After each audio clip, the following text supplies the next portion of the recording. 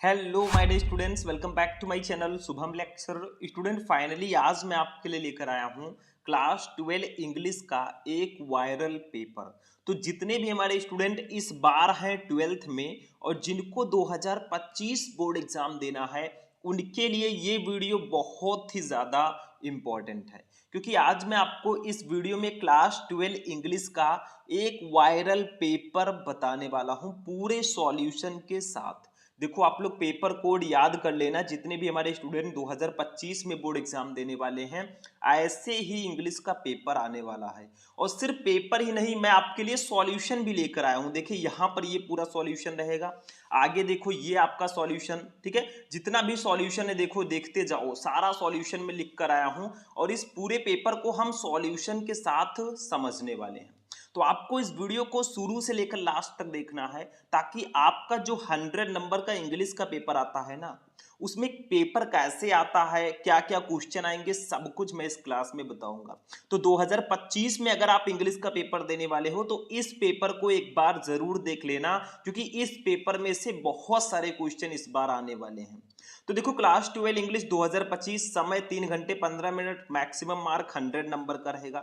इस वीडियो को ज़्यादा से ज़्यादा लाइक करना, ताकि ऐसे ही मैं आपको और भी सब्जेक्ट के पेपर को सॉल्यूशन के साथ लेकर आऊँ, ठीक है। और चैनल को भी सब्सक्राइब कर लेना। देखो, टाइम आपके पास वही रहेगा, इंस्ट्रक्शन कुछ दिए गए हैं, यानी कि first 15 minute are allotted to the candidate for reading the question paper. मतलब स्टार्टिंग के 15 मिनट आपको क्वेश्चन पेपर पढ़ना है, ठीक है। This question paper is divided into 4 section ABCD। मतलब आपका इंग्लिश का क्वेश्चन पेपर 4 सेक्शन में डिवाइड रहेगा, section A, section B, section C और सेक्शन डी, ठीक है। All questions from all the sections are compulsory. सभी सेक्शन के सभी क्वेश्चन करना अनिवार्य है। Marks are indicated against each question. मतलब जो क्वेश्चन जितने नंबर का है उसके सामने दिया गया है। ये तो कुछ निर्देश थे। अब हम चलते हैं अपने सेक्शन ए पर। देखो, हमारे इंग्लिश का पेपर 4 सेक्शन में होगा। सेक्शन ए रीडिंग होगा, टोटल 15 नंबर का ये रहेगा भैया। इसमें होगा क्या, देखो, एक आपको अनसीन पैसेज दे दिया जाएगा, जैसे यहां से लेकर यहां तक दे दिया गया, ठीक है। इसको पढ़ो और इसके नीचे आपको क्वेश्चन दिए जाएंगे ABCDE करके, 5 क्वेश्चन रहेंगे। 3-3 नंबर आपको इसके लिए मिलेगा। लास्ट में जो ई वाला क्वेश्चन रहेगा, ये 3 वोकेबुलरी रहेगी एक एक नंबर का, यानी कि 3 इसका। आपको 15 नंबर टोटल इसके लिए दिया जाएगा।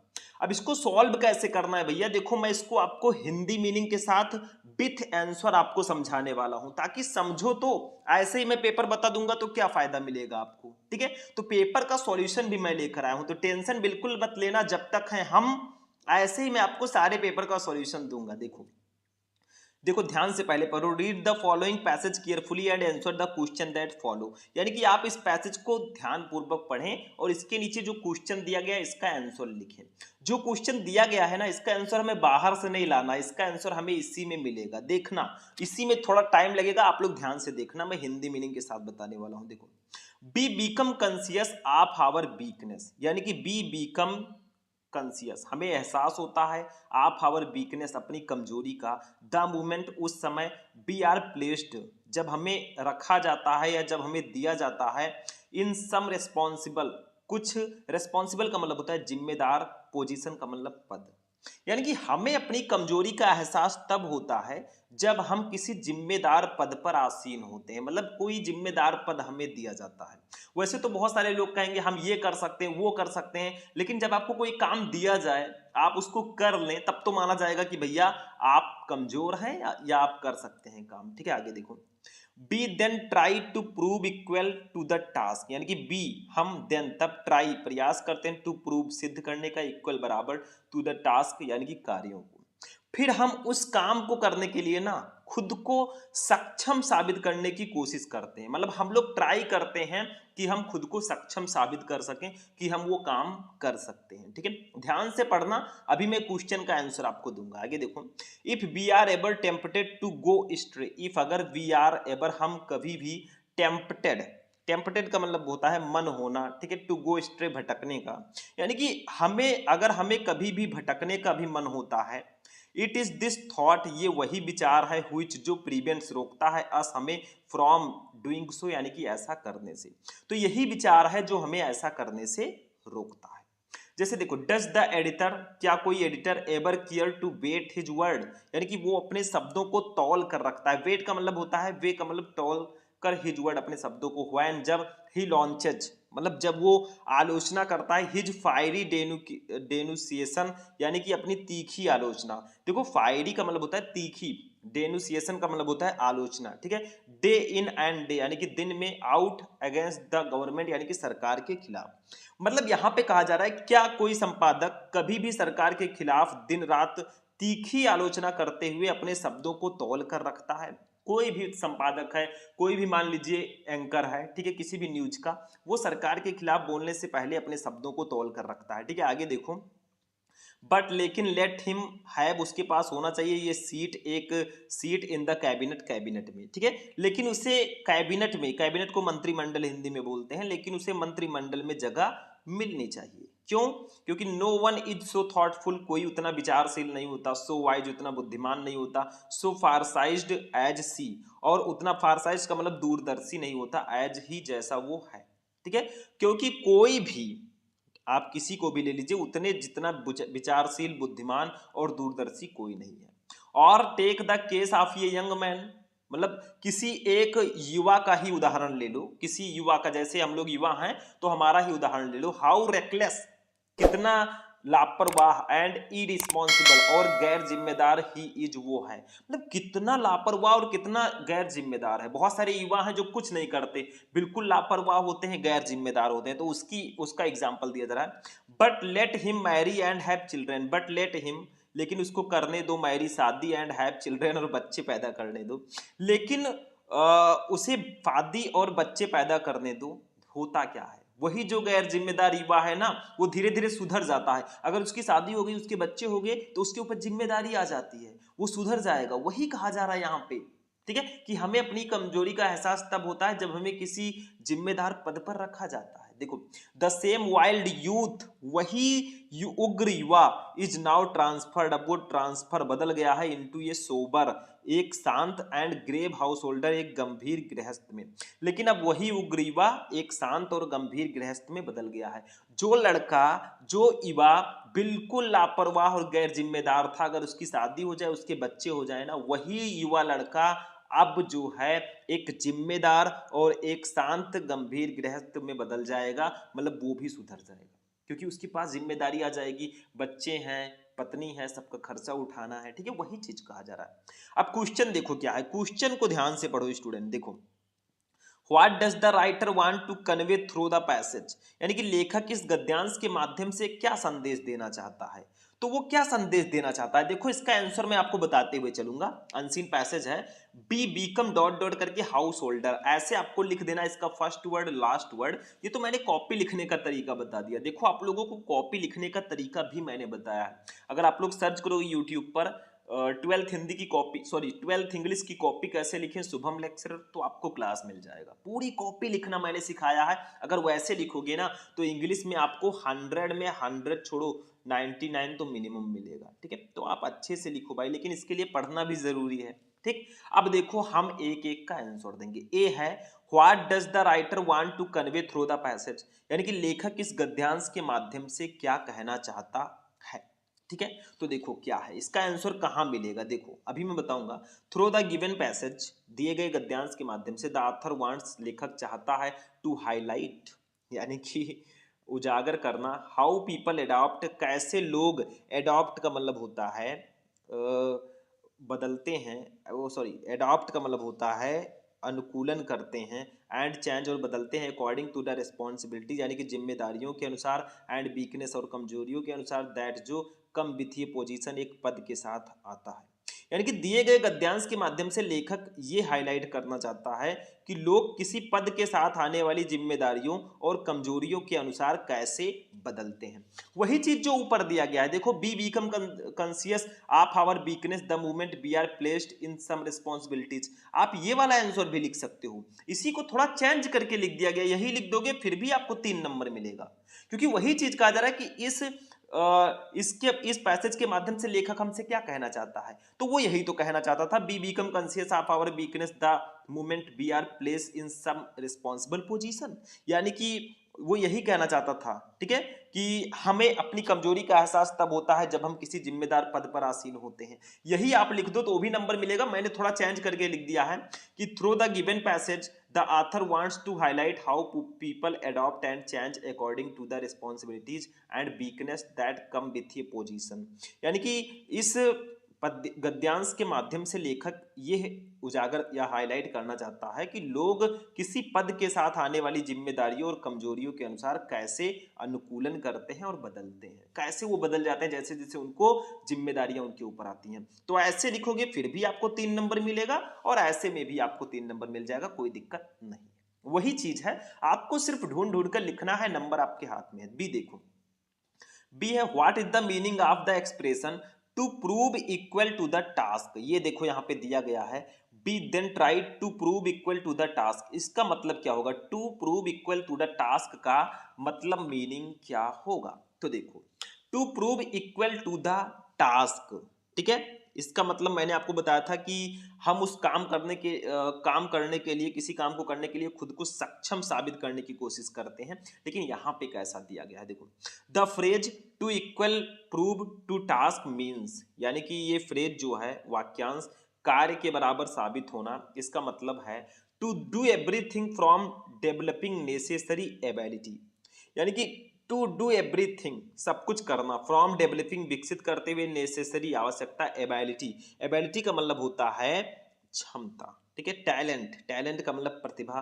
क्वालिटीज गुण, और कैपेबिलिटी यानी कि योग्यता, टू हैंडल यानी कि संभालने के लिए, हैंडल का मतलब होता है संभालने के लिए, और अकॉम्प्लिश, ठीक है, संभालने के लिए, और अकॉम्प्लिश ए गिवन रोल और सिचुएशन, यानी कि किसी दी गई भूमिका या स्थिति को।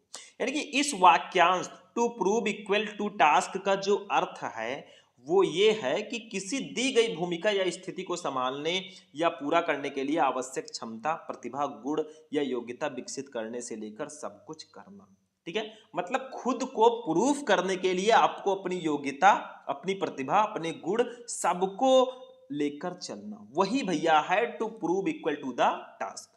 ऐसे लिखोगे आपका 3 नंबर ये भी कंप्लीट हो जाएगा, ठीक है, बाकी आपको कुछ यहाँ पे नहीं करना है, ठीक, थोड़ा बहुत आप अपने तरफ से लिखोगे ज्यादा बेटर रहेगा। सी देखो, व्हाट चेंजेस ये रेकलेस यूथ इनटू ये sober and grave householder, मतलब इसका मतलब क्या होगा कि एक लापरवाह युवा, देखो व्हाट रेकलेस, व्हाट कहाँ गया, व्हाट चेंजेस कौन से परिवर्तन ये रेकलेस एक लापरवाह यूथ युवा इनटू ये sober and grave householder, यानी कि एक सोबर, सोबर का मतलब मैंने आपको बताया था शांत, और ग्रेव हाउस होल्डर एक गंभीर गृहस्थ में, ठीक है, मतलब एक लापरवाह युवा को एक शांत और गंभीर गृहस्थ में क्या बदल देता है? क्या बदल देता है भैया? मैंने आपको पहले ही बताया था क्या बदल देता है। देखो यहाँ पे लिखा है but let him marry and have children, लेकिन उसकी शादी और उसके बच्चे होने दो। The same wild youth is now transferred into a sober and grave householder, यानी कि वही उग्र युवा जो है वो अब एक शांत और गृहस्थ में जो है बदल जाएगा, ठीक है, वही चीज मैंने यहाँ पे बताया था, वही लापरवाह युवा एक शांत और गंभीर गृहस्थ में बदल जाएगा, मतलब उसकी शादी होने दो, यही तो है, तो उसकी शादी ही बदल देता है, तो उसको ऐसे लिखेंगे, देखो सी वाला आंसर, मैरिज शादी, एंड पेरेंटहुड, पेरेंटहुड का मतलब होता है पितृत्व, जो पेरेंट की सेवा करना, ठीक है, चेंजेस बदल देता है ये रेकलेस यूथ एक लापरवाह युवा को इनटू ये sober and grave householder एक शांत और गृहस्थ गंभीर गृहस्थ में, ठीक है, यानी कि शादी यानी कि विवाह और पितृत्व एक लापरवाह युवा को भी एक शांत और गंभीर गृहस्थ में बदल देता है, मतलब शादी अगर वो कर लेता है भैया, उसके बच्चे हो जाते हैं, पेरेंटहुड मतलब वो खुद पेरेंट बन जाता है ना, तो यही सब उसको जो है एक शांत और एक गंभीर गृहस्थ में बदल देता है। 3 नंबर यही वही चीज तो मैंने यहाँ पे भी कहा था, आप इसको भी लिख सकते हैं, but let him marry and have children the same youth wild youth is now transferred into a sober and grave householder, आप यहां से लेकर यहां तक लिख सकते हैं, नंबर मिल जाएगा, ठीक है, तो 3 नंबर इसका भी कंप्लीट। डी वाला देखो, what changes do you find in the editor when once he gets ये सीट इन द कैबिनेट, यानी कि जब संपादक को, यहाँ पे कहा जा रहा है कि जब संपादक को मंत्रिमंडल में स्थान मिल जाता है तो उसमें क्या परिवर्तन मिलता है, उसमें क्या परिवर्तन हो जाता है, ठीक है, तो भैया जब उसको मंत्रिमंडल में सीट मिल जाएगा, देखो यहाँ पे कहीं था, हाँ, जब उसको मंत्रिमंडल में सीट मिल जाएगा तो क्या होगा, देखो, बट लेट हिम हैव ये seat in the cabinet, no one is so thoughtful so wide so far sized as he. अगर आप यहां से लेकर यहां तक लिख दोगे काम हो जाएगा। मतलब यहाँ पे है बट लेट हिम हैव ये सीट इन द कैबिनेट, ठीक है, लेकिन उसे मंत्रिमंडल में जगह तो मिलनी चाहिए, ठीक है। No one is so thoughtful so wise so far sized as C, यानी कि उसके जितना विचारशील, बुद्धिमान और दूरदर्शी कोई नहीं है। इतना लिख दोगे तो आपको नंबर मिल जाएगा, लेकिन मैं थोड़ा सा यहाँ पे अपनी तरफ से बताता हूँ। देखो, when an editor gets a seat in the cabinet he become thoughtful wise and far sighted, वही चीज लिखा गया है, 3 नंबर आपको मिल गया मेरे स्टूडेंट। क्या है इसमें, कुछ नहीं है, वही चीज उठाकर यहाँ पे भी लिख दिया गया है। देखो, no one is so thoughtful so wide so far sized, बस यही आपको लिख देना, 3 नंबर कंप्लीट। अब थोड़ा बहुत तो आना ही चाहिए, नहीं तो आप कैसे करोगे, ठीक है। अब देखो यहाँ पे ई वाला, which word in the passage the opposite of responsible, इस पैसेज में ऐसा कौन सा वर्ड है जो रिस्पॉन्सिबल का अपोजिट है। रिस्पॉन्सिबल का मतलब क्या होता है, आपको पता ही है, मैंने बताया था, रिस्पॉन्सिबल का मतलब होता है जिम्मेदार। तो भैया इसका अपोजिट क्या होगा, खुद आप लोग सोचो। इसका अपोजिट होगा रेकलेस, आप लिख सकते हो, ठीक है, रेकलेस। देखो यहाँ पे आप रेकलेस, लापरवाह लिख सकते हो। लेकिन एक चीज और है, यहाँ पे रेस्पॉन्सिबल का अपोजिट पूछा जा रहा है, तो आप इरेस्पॉन्सिबल लिख दो, ज्यादा बेटर रहेगा। इरेस्पॉन्सिबल मतलब गैर जिम्मेदार, अपोजिट तो पूछा जा रहा है, तो आप दोनों लिख सकते हो, चाहे इरेस्पॉन्सिबल लिखो चाहे रेकलेस, दोनों लिख सकते हो, कोई दिक्कत नहीं है। क्योंकि रेकलेस का मतलब भी लापरवाह होता है, इरेस्पॉन्सिबल का मतलब गैर जिम्मेदार होता है, तो दोनों सेम ही है लगभग लगभग, तो आप दोनों लिख सकते हो, ठीक है।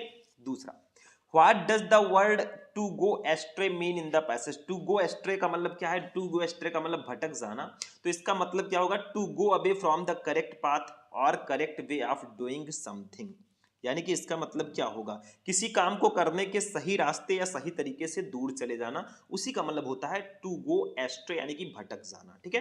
तीसरा, Which word in the passage mean aware of, इस पैसेज में कौन सा वर्ड है जिसका मतलब अवेयर ऑफ है। अवेयर ऑफ का मतलब होता है जागरूक, ठीक है। तो इसमें देखिए, एक मैंने आपको कंसियस बताया था, ठीक है, बी वीकम कंसियस, हमें एहसास होता है, तो कंसियस जो होगा भैया ये इसका मतलब भी वही होगा जो अवेयर ऑफ का होता है, तो कंसियस आपका हो जाएगा। तो ये भी 3 नंबर कंप्लीट, यानी कि 5 क्वेश्चन थे, हमने पांचों का आंसर दिया, 3-3 नंबर के, 15 नंबर आपका कंप्लीट हो गया भैया।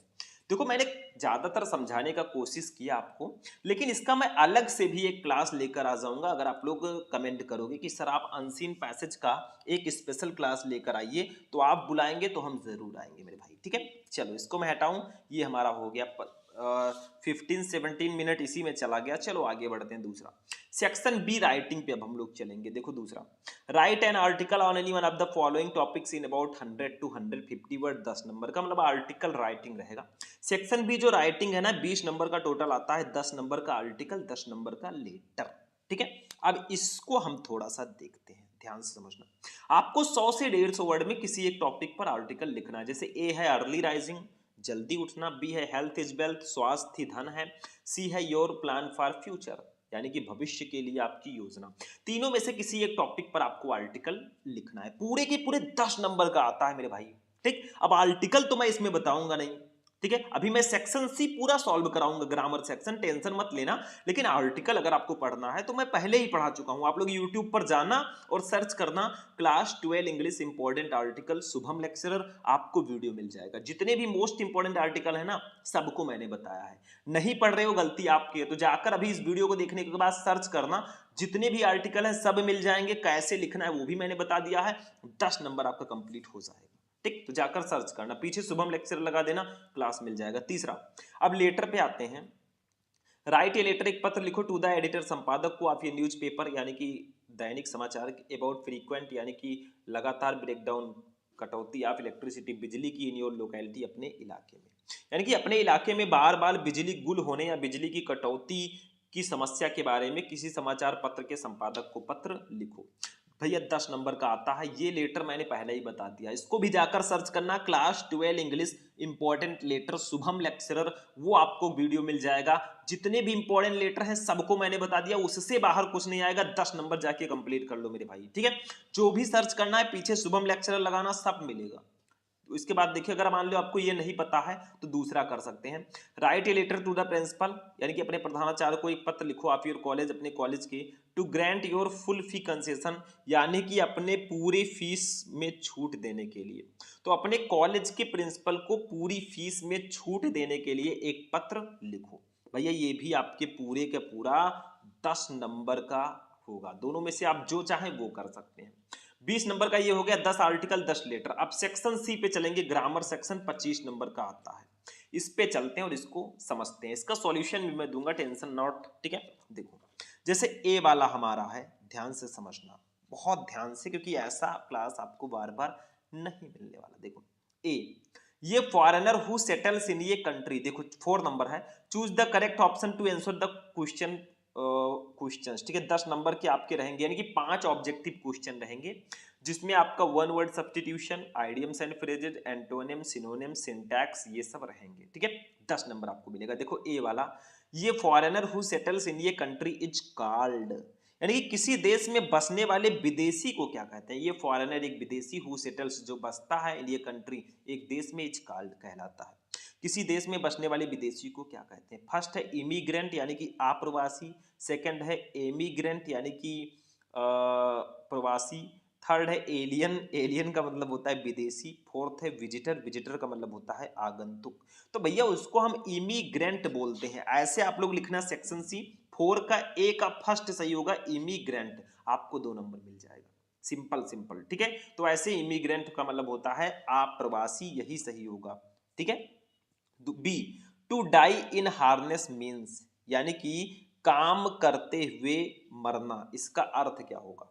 तो फर्स्ट है प्रीमेडिटेटेड मर्डर, यानी कि पूर्व नियोजित हत्या, ठीक है। दूसरा dying youth in an accident, यानी कि दुर्घटना में युवावस्था में मृत्यु हो जाना। थर्ड है to die while in service, सेवा में रहते हुए मृत्यु हो जाना। फोर्थ है to be taken by surprise, यानी कि आश्चर्यचकित होना। तो इसका राइट आंसर क्या होगा, इसका राइट आंसर होगा थर्ड वाला, to die while in service, यानी कि सेवा में रहते हुए मृत्यु हो जाना। तो बी का थर्ड वाला ऑप्शन बिल्कुल सही होगा, ठीक है। ऐसे आप लोग लिख देना जैसा मैंने लिखा है। सी, द सिनोनिम्स ऑफ डिलीगेंट इज, डिलीगेंट का सिनोनिम्स क्या होगा। अब डिलीगेंट का मतलब होता है मेहनती, जैसे आप लोग हैं, ठीक है। तो इसका सिनोनिम क्या होगा।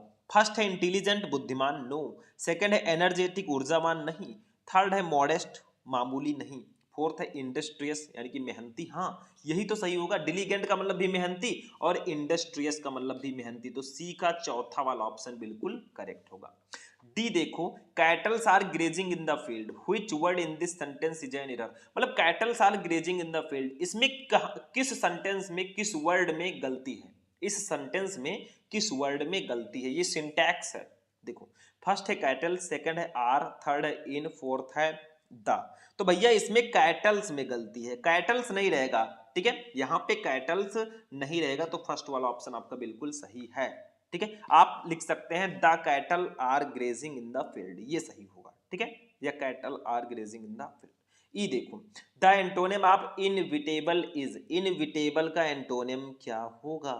अब आप कहेंगे सर जी इनविटेबल का मतलब क्या होता है। इनविटेबल का मतलब होता है अपरिहार्य, इसका विलोम शब्द क्या होगा। एंटोनिम का मतलब विलोम शब्द होता है। तो फर्स्ट है अवॉइडेबल, अवॉइडेबल का मतलब क्या होता है, परिहार्य। सेकंड है इनसेपरेबल, इनसेपरेबल का मतलब होता है अनावश्यक। थर्ड है अननेसेसरी, अननेसेसरी का मतलब अनावश्यक होता है। थर्ड वाला होगा अविभाज्य, ठीक है। इनसेपरेबल का मतलब अविभाज्य। फोर्थ है अनसर्टेन, यानी कि अनिश्चित। भैया अवॉइडेबल होगा, देखो इनविटेबल का मतलब मैंने बताया अपरिहार्य और अवॉइडेबल का मतलब परिहार्य, तो ये एक दूसरे के एंटोनिम्स होंगे। बस हो गया मेरे भाई, इसको मैं हटा रहा हूं, ठीक है। अब चलते हैं अपने नेक्स्ट पर। अब 5 का ये, यहाँ पर डायरेक्ट इनडायरेक्ट और सिंथेसिस, ट्रांसफॉर्मेशन, सिंटैक्स, ये सब होंगे। देखो change any one of the following to indirect speech, यानी कि इसमें से किसी एक को आप इनडायरेक्ट स्पीच में चेंज करो। दो आपको दिए गए हैं, एक करना। जैसे फर्स्ट है he said to me can you spare some money for me, यानी कि उसने मुझसे कहा can you spare some money for me, क्या आप मेरे लिए कुछ पैसे दे सकते हो, ठीक है। तो इसमें आपको इसको इनडायरेक्ट में कन्वर्ट करना है। इसको हम करेंगे, पहले समझ लो ये कौन सा सेंटेंस है आपका। रिपोर्टेड स्पीच जो है ये इंट्रोगेटिव सेंटेंस है, तो इसको बनाएंगे कैसे। देखो ही आस्क्ड मी, देखो इंट्रोगेटिव सेंटेंस में हम सैड टू के स्थान पर आस्क्ड का यूज करते हैं या फिर इंक्वायर्ड ऑफ का यूज करते हैं, तो हमने आस्क्ड लिख दिया, ही आस्क्ड मी। ठीक है, अब आपका है can you spare some money for me, आपका आगे जो है हेल्पिंग वर्ब है, ठीक, क्वेश्चन वर्ड आगे नहीं, हेल्पिंग वर्ब है, तो आपको क्या करना है, अफर्मेटिव में अब इसको बनाना है। यू है सेकंड पर्सन का प्रोनाउन, ये बदलेगा ऑब्जेक्ट से, ऑब्जेक्ट है मी, तो यू मी से बदलेगा, तो मी का सब्जेक्टिव केस आई होता है, तो यहाँ पे इफ लगाना है बीच में, क्योंकि इंट्रोगेटिव सेंटेंस में इफ लगता है। तो ही आस्क्ड मी इफ आई, देखो यू बदलेगा मी से तो आई हो जाएगा, आई, कैन बदल जाएगा कुड में, क्योंकि अगर आपके डायरेक्ट स्पीच में कैन है तो इनडायरेक्ट में कुड में बदल जाएगा, तो if I could spare some money for me, आपका फर्स्ट पर्सन का प्रोनाउन बदलेगा सब्जेक्ट से, सब्जेक्ट है ही, तो मी के लिए इसका केस हिम यूज कर देंगे, तो ही के लिए हिम, ठीक है, तो ये हिम हो जाएगा। तो he asked me if I could spare some money for him, अब ये बिल्कुल सही है, समझ में आया, मतलब हमने सिर्फ इंट्रोगेटिव सेंटेंस में था तो सैड टू के स्थान पर आस्क्ड का यूज कर दिया, अब कैन आगे था तो मैंने इफ लगा दिया, इफ, ठीक है, यू बदल गया मी से तो आई हो गया, कैन बदल गया कुड में, I could spare some money for him हो गया। दूसरा, ये आपका बिल्कुल सही है, 2 नंबर हो गया, मैं यहाँ पे अभी दे दूंगा, आप लोग स्क्रीनशॉट इसका सारे का ले लेना, ठीक है। दूसरा देखो, the teacher said to the boys, यानी कि अध्यापक ने लड़कों से कहा, do not make a noise in the class, यानी कि क्लास में शोर मत मचाओ। अब ये कौन सा सेंटेंस है, do not make a noise in the class, ये इंपरेटिव सेंटेंस है, आदेशात्मक वाक्य, तो आपको करना क्या है, सैड टू के स्थान पर आपको क्या लिखना है, जो यहाँ पे कहा जा रहा है, जैसे वो कमांड कर रहे हैं तो हम कमांडेड का यूज करेंगे, तो the teacher commanded the students, देखो आप लोग स्टूडेंट्स यहाँ पे लिख देना, चाहे यहाँ पे बॉयज लिख देना, आप दोनों लिख सकते हैं, चलो यहाँ पे आप लोग स्टूडेंट लिख देना, ठीक है, ताकि दोनों सेम हो जाए। तो the teacher commanded the students not to make noise in the class, मतलब आपके इंपरेटिव सेंटेंस में टू तो लगता ही है, लेकिन डू नॉट लगा है तो पहले नॉट लिखेंगे फिर टू लिखेंगे, ठीक है, तो the teacher commanded the student not to make noise in the class, ठीक है, ऐसे आपका हो जाएगा। चलो बी वाला देखो, combine any one of the following as directed, आपका ये सिंथेसिस है, मतलब आपको जो ब्रैकेट में दिया गया उसके अनुसार आपको कंबाइन करना है। जैसे देखो फर्स्ट है, हर हस्बैंड डाइड, उसके हस्बैंड की मृत्यु हो गई, उसके पति की मृत्यु हो गई। सी हियर्ड द न्यूज, उसने समाचार सुना। सी फैंटेड, वो बेहोश हो गई। अब देखो यहाँ पे 3 सेंटेंस हैं, एक आपका ये है हर हस्बैंड डाइड, दूसरा है सी हियर्ड द न्यूज, तीसरा है सी फैंटेड, 3 सेंटेंस है, तीनों को जोड़ के एक सेंटेंस बनाना है, वो भी कौन सा सेंटेंस, जो ब्रैकेट में दिया गया, सिंपल सेंटेंस, तीनों को जोड़ के एक सेंटेंस बनाओ, लेकिन मीनिंग ना बदले भैया, तो इसको कैसे बनाओगे, ठीक, कैसे बनाओगे, चलो देखते हैं भाई। चलो इसको कैसे बनाएंगे, देखो कुछ इस प्रकार से, बी का फर्स्ट है, हैविंग हियर्ड द न्यूज, यानी कि समझ आप हर हस्बैंड डेड, यानी कि अपने पति की मृत्यु का समाचार सुनकर सी फैंटेड, वो बेहोश हो गई। देखो मैंने एक सेंटेंस में बना दिया, having heard the news of her husband's death, ये कॉमा लगा है, ठीक है, सी फैंटेड, यानी कि पति की मृत्यु का समाचार, अपनी पति की मृत्यु का समाचार सुनकर वो बेहोश हो गई। देखो एक सेंटेंस मैंने बना दिया, वो भी कौन सा सेंटेंस, सिंपल सेंटेंस, और आपका 2 नंबर कंप्लीट करा दिया। ऐसे आपको 2 या 2 से अधिक सेंटेंसेज को जोड़ के एक सेंटेंस बनाना होता है सिंथेसिस में। इसके बाद दूसरा देखो, some people die for some noble cause, ठीक है, यहां पे फुल स्टॉप रहेगा, तो some people die for some noble cause, ठीक, यानी कि कहा जा रहा है कुछ लोग किसी महान उद्देश्य के लिए मर जाते हैं, ठीक है, सम पीपल डाइज, कुछ लोगों की मृत्यु हो जाती है, फॉर सम नोबल कॉज, यानी कि कुछ महान उद्देश्य के लिए, तो कुछ लोग किसी महान उद्देश्य के कारण मृत हो जाते हैं। They are honoured by everyone, उनका सम्मान, उनका सभी लोग सम्मान करते हैं। इसको कॉम्प्लेक्स सेंटेंस में देखिए बदलना है, ये कॉम्प्लेक्स में, ठीक है, कैसे बदलोगे चलो देखते हैं। इसको इस प्रकार से लिखेंगे, सम पीपल, कुछ लोग, ठीक है, सम पीपल का मतलब तो वही होगा कुछ लोग, who dies for some noble causes, जो कुछ महान उद्देश्य के लिए मर जाते हैं। आर ऑनर्ड बाई एवरीवन, उनका सभी सम्मान करते हैं। देखो कॉमा लगा के मैंने एक सेंटेंस बना दिया है कि some people who die for some noble causes are honoured by everyone, यानी कि कुछ लोग जो किसी महान उद्देश्य के लिए मृत हो जाते हैं, उनका सभी लोग सम्मान करते हैं। बस हो गया भैया, 2 नंबर आपका कंप्लीट, दोनों में से एक ही करना था, मैं दोनों बता रहा हूँ। सी वाला देखो, change any one of the following as directed, 2 number का रहेगा। जैसे फर्स्ट है आपका, did you see him yesterday, ये आपका क्या है बताइए, ये ट्रांसफॉर्मेशन है मेरे स्टूडेंट, क्या है ये, ये ट्रांसफॉर्मेशन है, सेंटेंसेस को ट्रांसफॉर्म इसमें करना होता है। जैसे देखो, did you see him yesterday, इसको पैसिव वॉइस में बदलना है। बदल दो भैया, ये कौन सा टेंस है, ये पास्ट इंडेफिनिट टेंस है, इसको पैसिव वॉइस में बदलना है। तो क्या करेंगे, did you see him yesterday, क्या तुमने उसे कल देखा, यही तो होगा।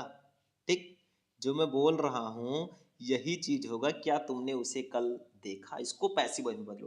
तो देखो पैसिव वॉइस में पहले हम ऑब्जेक्ट लिखते हैं। देखो पहले तो हम क्या लिखेंगे, यहाँ पे हेल्पिंग वर्ब है, चूंकि ये इंट्रोगेटिव में दिया है, तो पहले हम वाज बियर का यूज करेंगे, क्योंकि ये पास्ट इंडेफिनिट है, इसके पैसिव वॉइस में वाज बियर का यूज करते हैं।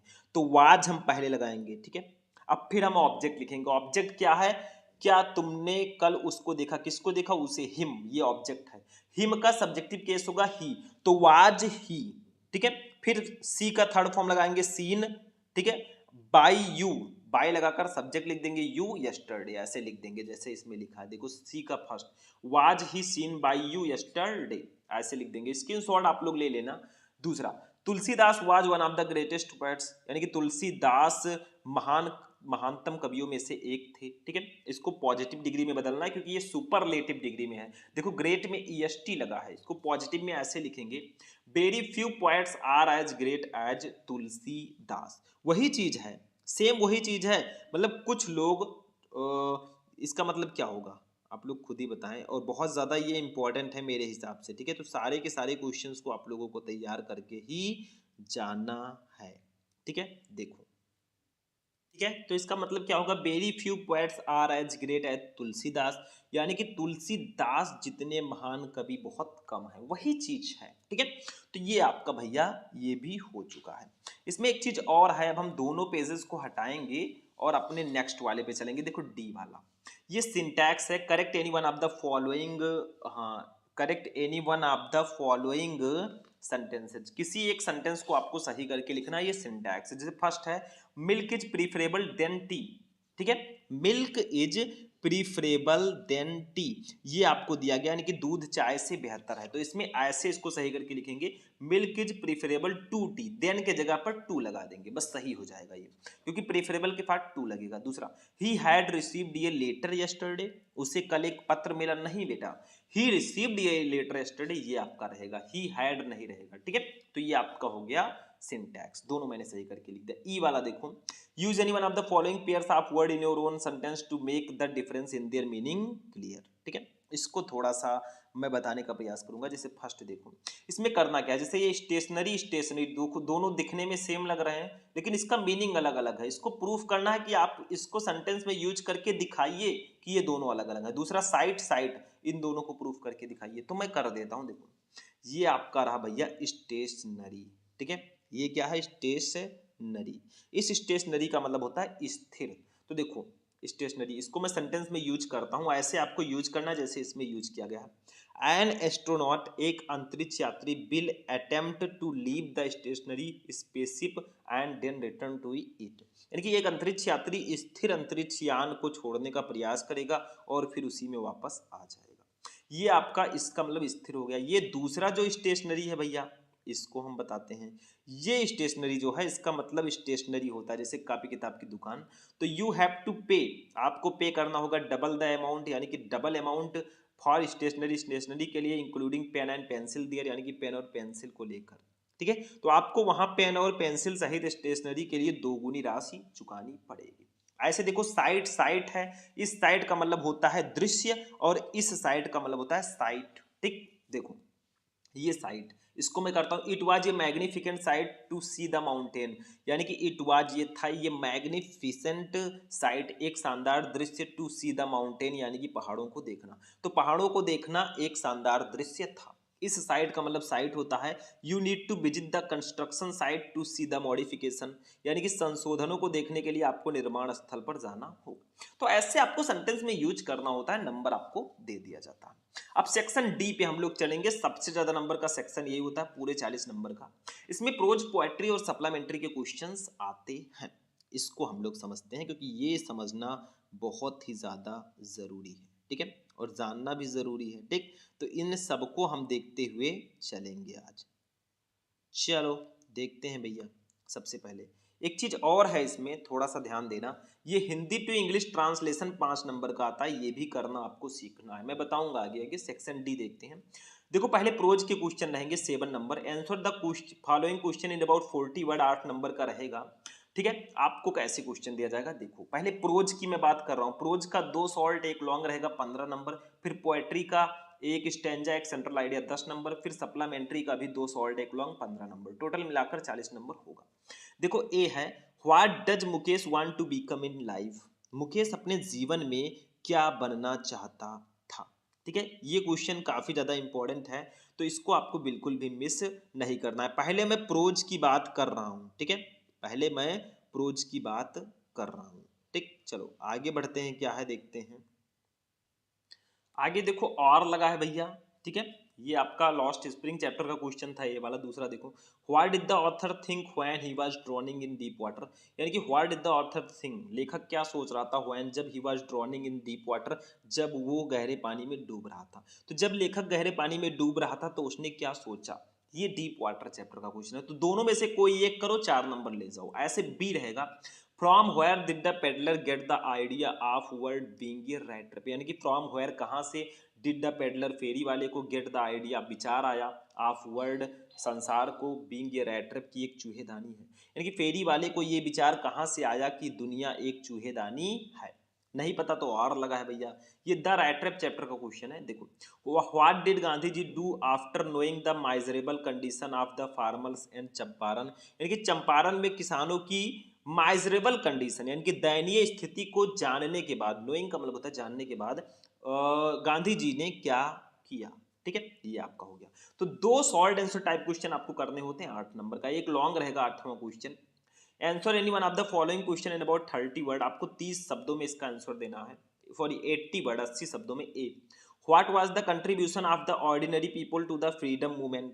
ठीक है, यानी कि व्हाट वाज द कंट्रीब्यूशन, क्या योगदान था, ठीक है, ऑफ द ऑर्डिनरी पीपल, सामान्य लोगों का, टू द फ्रीडम मूवमेंट यानी कि आजादी के समय। ठीक है, यानी कि यहाँ पे कहा जा रहा है कि स्वतंत्रता संग्राम में आम लोगों का क्या योगदान था, जो हम जैसे आम लोग हैं। B, the story writer is a mixture of entertainment and philosophy explain. यानी कि द स्टोरी, कहानी, राइटर इज ए मिक्सचर, एक मिश्रण है, ठीक है, ऑफ इंटरटेनमेंट यानी कि मनोरंजन का, एंड फिलोसफी और दर्शन का, एक्सप्लेन व्याख्या करो। यानी कि कहानी जो द राइटर है ये मनोरंजन और दर्शन का मिश्रण है, स्पष्ट करो। तो दोनों में से कोई एक करो, 7 नंबर भैया ले जाओ। अब पोएट्री पे आएंगे। पोएट्री में देखो, इसका मैं आंसर नहीं बता रहा हूं, इसका आंसर मैं आपको ऑलरेडी बता चुका हूं। मैंने इंग्लिश का एक महामैराथन क्लास भी आपको दिया, उसको देख लेना, काम हो जाएगा। देखो 9 number, read the following extract carefully and answer the question that follow. 6 number, ये स्टैंजा है पोएट्री का। देखो, perhaps the earth can teach us as when everything seems dead and later prove to be alive, now I will count up to 12 and you keep quiet and I will go. ये आपको दिया गया है भैया, ठीक है, ये आपको क्वेश्चन दिया गया है। आगे देखो, इसके नीचे 3 क्वेश्चन रहेंगे, ए बी सी, तीनों को आपका आंसर देना है भैया। 6 नंबर आपको मिल जाएगा बहुत आसानी से, बहुत इजी है भाई। आगे मैं बताऊंगा स्टेंजा। 10 नंबर, सेंट्रल आइडिया रहेगा इसी पोएट्री से। Write the central idea of any one of the following poem, जैसे a thing of beauty my mother at 66 keeping quiet. देखो भैया, सेंट्रल आइडिया ही 12th इंग्लिश में एक ऐसा टॉपिक्स होता है जो 100% फिक्स होता है कि हाँ आएगा। और जो 3 सेंट्रल आइडिया यहाँ दिए हैं ना, यही 3 आने हैं भैया, तीनों को याद कर लो, पक्का 100% गारंटी है इसी में से आएगा, या तीनों हो सकते हैं आ जाए। 11 नंबर, अब सप्लीमेंट्री पे चलेंगे। 10 नंबर पोएट्री का हो गया। सप्लीमेंट्री भी हमारे प्रोज की तरह रहेगा, 2 शॉर्ट 1 लॉन्ग 15 नंबर। देखो, व्हाई कुड, शायद ये, हाँ यहाँ पे क्वेश्चन लिखा रहना चाहिए था, जैसे उसमें लिखा था कि answer any one of the following question in about 40 word, ऐसे लिखना चाहिए था। ठीक है, ए देखो question, how did Charlie enter the third level. यानी कि चार्ली जो है उसने थर्ड लेवल में कैसे प्रवेश किया। ठीक है, मतलब चार्ली जो है उन्होंने वो थर्ड लेवल में कैसे प्रवेश किया। नहीं पता तो और लगा है, थर्ड लेवल चैप्टर का क्वेश्चन था। ये देखो, what prediction was made at tigers king birth. यानी कि टाइगर किंग के जन्म के समय क्या भविष्यवाणी की गई। ये द टाइगर किंग चैप्टर का क्वेश्चन है। दोनों में से एक करो, 4 नंबर ले जाओ। बी देखो, how is Antarctica the perfect place to study environmental changes. यानी कि हाउ इज अंटार्कटिका, अंटार्कटिका कैसे है द परफेक्ट प्लेस, परफेक्ट जगह टू स्टडी अध्ययन करने के लिए एनवायरमेंटल चेंजेस यानी कि एनवायरमेंटल परिवर्तन को, ठीक है। तो यहाँ पे कहा जा रहा है कि अंटार्कटिका पर्यावरणीय परिवर्तनों का अध्ययन करने के लिए किस प्रकार उपयुक्त स्थान है, ठीक है। नहीं पता तो और लगा है।